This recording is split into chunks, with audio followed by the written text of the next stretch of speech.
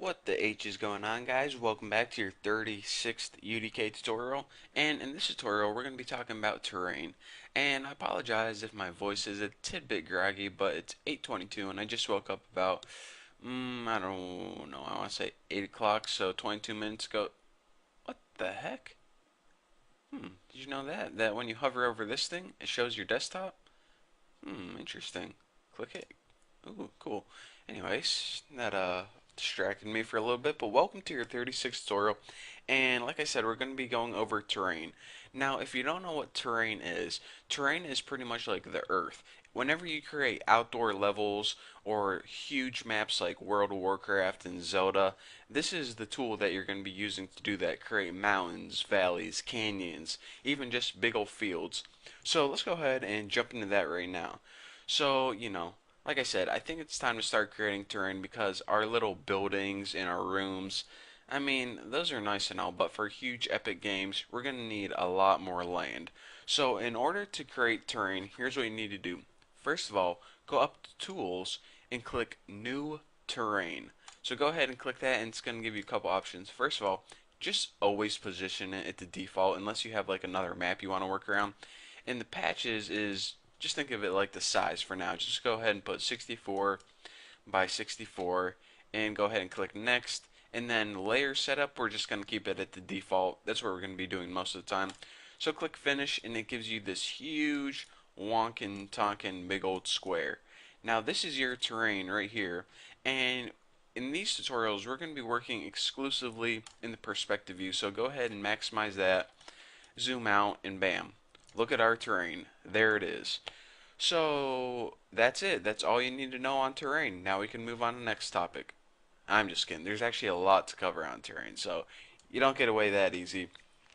So before we start making mountains and canyons and putting cool trees and grass on our terrain, the first thing I'm going to do is add a light because whenever we're carving out this terrain, right now we're in unlit mode, and whenever we start carving things away, it's going to be really weird if our terrain doesn't have any shadows. So let's go ahead and add some shadows by adding a light. And to add a light, I'm going to go View, Browser Windows, Actor Classes, and I'm going to go ahead and add a directional light. And remember, a directional light is kind of like the sun, I said in my last tutorial. So go ahead and right click that, excuse me, left click it, just select it, and then right click in the middle and put add directional light here. Now I'm going to go ahead and pull this light way up right about there, and the first thing I'm going to do before I even do anything else is select my light. See, it's so small right here, and press F4, and I'm going to go ahead and drop down display and bump this up to 4 right there. Since we're going to be working with a huge map, we want our icon a little bigger, so first of all we don't lose it, and second of all, whenever we want to change it, we can just select it a little bit easier. So go ahead and select this again, and we're going to want to go ahead and select rotate, and rotate it along either the Y or the X axis. And the reason we're rotating this, just go ahead and move it like 15 degrees or something, 15 to 20 degrees. The reason we're doing this is because whenever we're making our level, whether it's mountains or canyons or anything, we want to give the sun a little bit of an angle because remember, whenever you're outside fishing or whatever, if the sun's directly above you, you have no shadows. And what's the point of having a sun if we can't have shadows? So give it a tidbit of an angle. We can actually rotate it in 2 directions if we want. And with that being said, our sun is good to go. That's all we're doing with the sun. So now, let's go ahead and zoom back out. And actually, I want to bump this up a bit.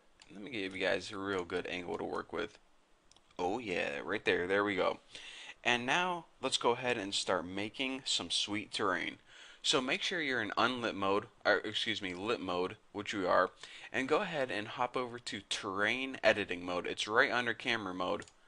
And now, as soon as you click it, you get this window that pops up with a bunch of weird buttons and, whatever the heck these things are and this crap over here. And we're actually going to be covering everything, what all these tools and checkboxes are. But for now, I'm just going to tell you guys how to build a really simple terrain. So in this tutorial, I just want to give you guys a real quick dirty tutorial on how to build a real basic terrain, and in the upcoming tutorials I'm going to be showing you guys all the little details about it. So anyways, to build a very basic terrain, you're going to be using this one tool right here. It's paint. And right now we're going to be working on the height map.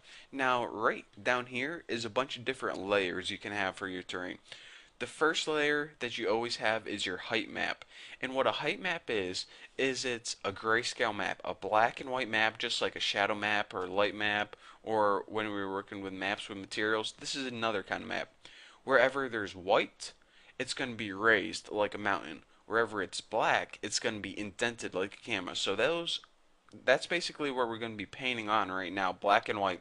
Even though we aren't going to see black and white, we're going to see mountains and canyons. That's what a height map is.